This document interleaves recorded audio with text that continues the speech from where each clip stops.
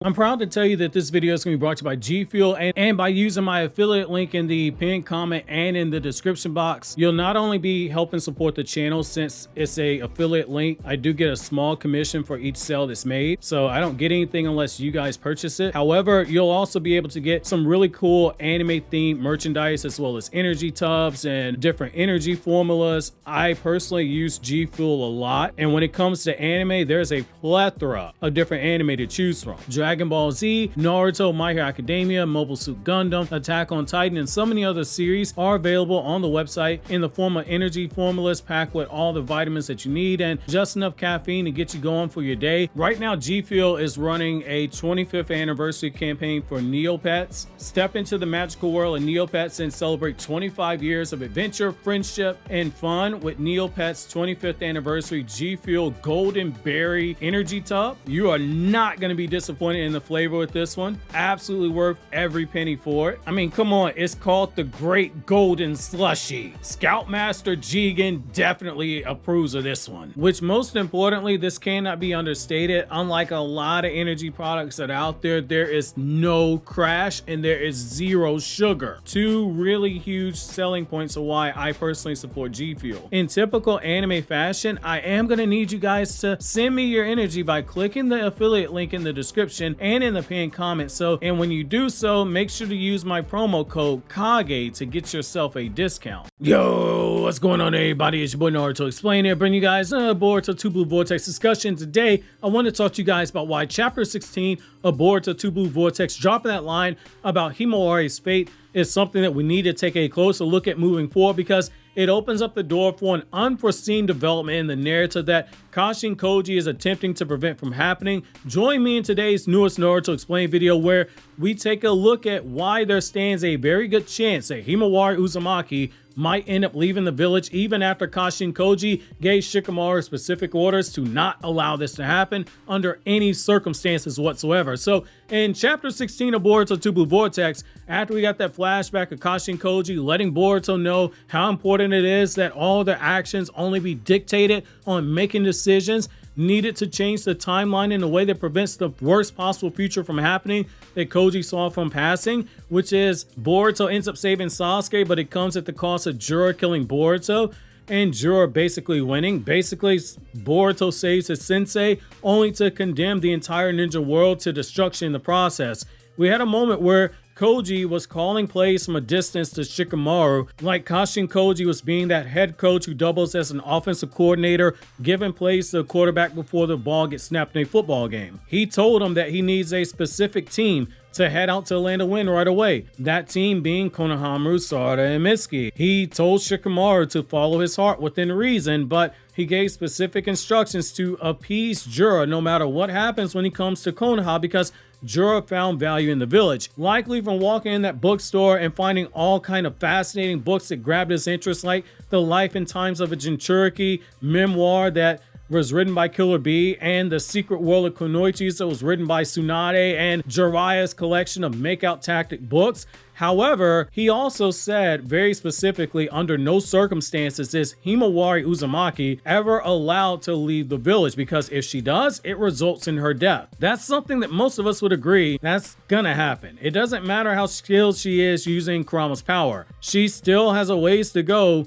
with Jura being implied to be stronger than Ishiki. It's one of those things where it doesn't matter how powerful Himawari is right now using Kurama's chakra, she has a long way to go before she could ever hope to stand a chance against Jura in a serious fight. She only lasts as long as she did because Jura was genuinely fascinated about fighting her due to how quickly she was using Biju power in that fight. Had he been serious, Himawari would have died instantly, which brings us to the bigger point itself. Himawari knows that she is the one being targeted, and she saw Inojin getting killed trying to defend her. She tried to fight back with every fiber of her being to do the right thing and defend her comrade, yet it resulted in her defeat. For the first time in her life, she's felt true despair when it comes in the form of her not being used as bait like Delta used her in the Naruto fight, but instead where she specifically is being sought out by a predator who plans to inflict harm on her, and she has all these loved ones who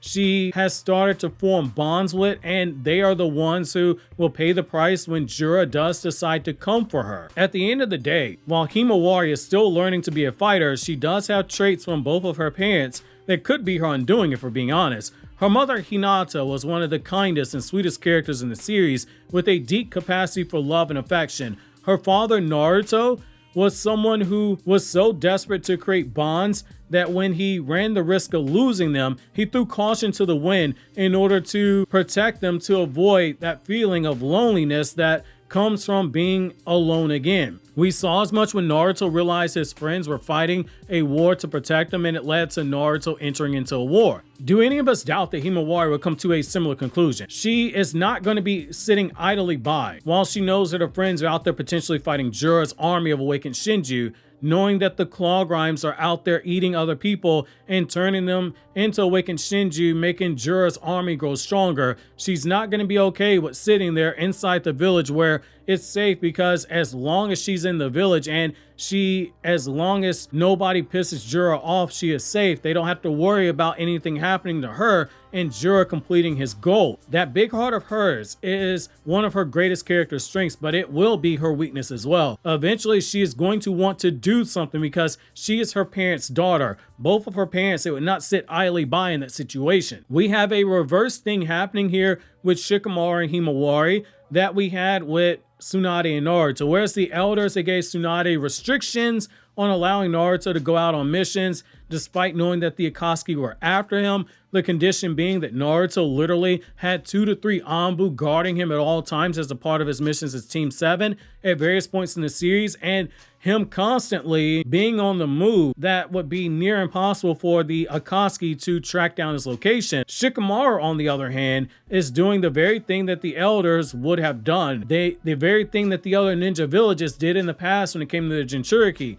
Keep them locked away in the village, likely inside of a barrier, like we saw with Kushina under the 3rd Hokage, and keep the Anbu around her in the distance at all times. Here's the thing, Shikamaru pretty much agreed to do the same thing here at Kashin Koji and Himawari, albeit under different circumstances. Here is enacted more from the perspective of maintaining military power, and Shikamaru is doing so more out of literal survival. However, just as Himawari's grandmother eventually wanted to go outside of that barrier and was stubborn enough to do so, so too will Himawari after she's been stuck inside the village for too long. She's got that sweet demeanor of her mother, but she is someone that we've also seen flashes that she's got that stubborn streak of her father and her grandmother that they possess.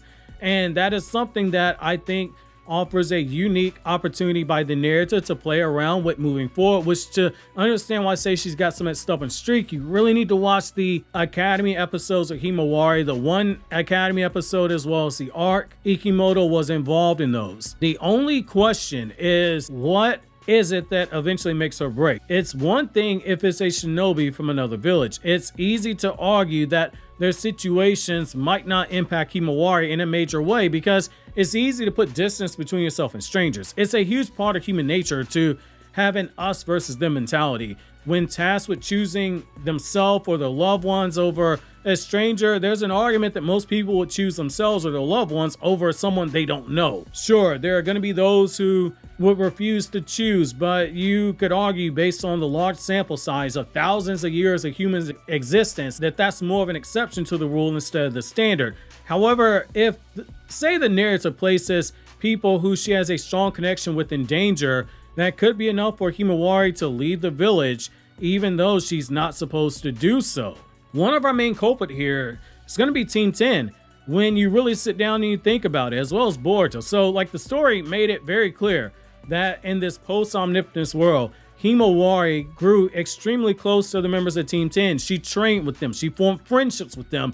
If you read between the lines, from a typical shonen perspective, she might have formed something deeper with Inojin that might end up with them being a pairing at the end of the series and before someone starts grabbing stones. Himawari is 13, Inojin's 15. It's a shorter age distance than Tamari and Shikamaru. Tamari was 20 years old, thirsting after a 17-year-old Shikamaru. It is what it is. Right now, currently, Team 10, they're stuck in the hospital because Inojin got his lifetime membership in the Donut Club, reverted to being a one-day free trial, and he's in the hospital recovering as Sakura works on him. Unless Sakura somehow forgot how to be a medic in the last 3 years, she's going to have him up and running in no time, just as she said in chapter 13 or 14. At some point, she is going to have him back out there, and Inojin's going to be put back in harm's way. We have the tension building between Ino and Shikamaru, with Ino's decision to not trust Shikamaru largely implied to come from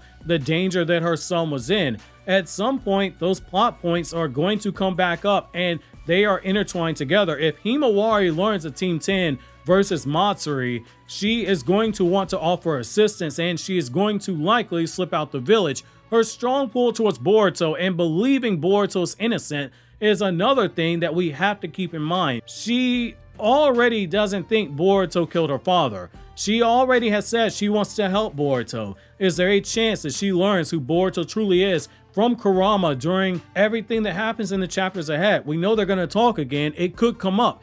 Does that lead to her wanting to seek out her real brother to get answers and offer some assistance? There are multiple ways moving forward for Himawari's character that could lead to her leaving the village, and from a writing perspective, you don't write that she is in danger and never cash in on that. Just as you don't write in the manga that like Konoha was off limits when Itachi was alive and that the Nine Tails had to be extracted from its Jinchuriki last, and then you just skip on the payoff. Once Itachi was dead, Pain got the green light to go to Konoha, go after Naruto. At some point, Himawari and Jura, that interaction outside of Konoha, it's got to occur. It has too many makings of being a Chekhov's gun and not being a false gun. We have to get a payoff to that plot point, and it cannot be used as a swerve that leads to an unresolved plot point because it is deemed as being unimportant to the story. Though I am curious to know how you guys feel about that. In the meantime, click here to watch more videos from Naruto Explained, or click here to watch videos from my Anime Explained channel where I discuss non-Naruto content.